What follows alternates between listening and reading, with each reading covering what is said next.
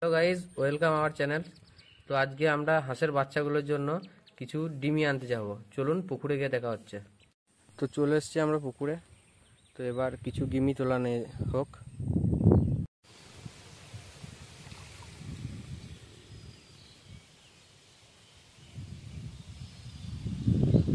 তো চলে এসেছি অনেকগুলো ডিমি নিয়ে। এবার হাঁসগুলোকে খেতে দেওয়া যাক। জল নিয়ে চলে এসেছি এবং হাঁসগুলোকে ছেড়ে দিয়েছি। এবার আমি এদের কিছু ডিমি দেবো।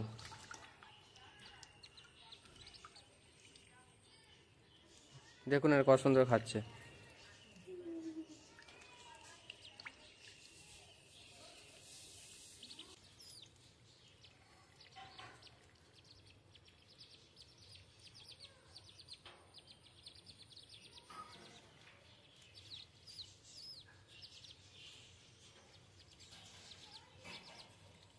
তো চলুন, ঠিক আছে, এরা খেয়ে নেক।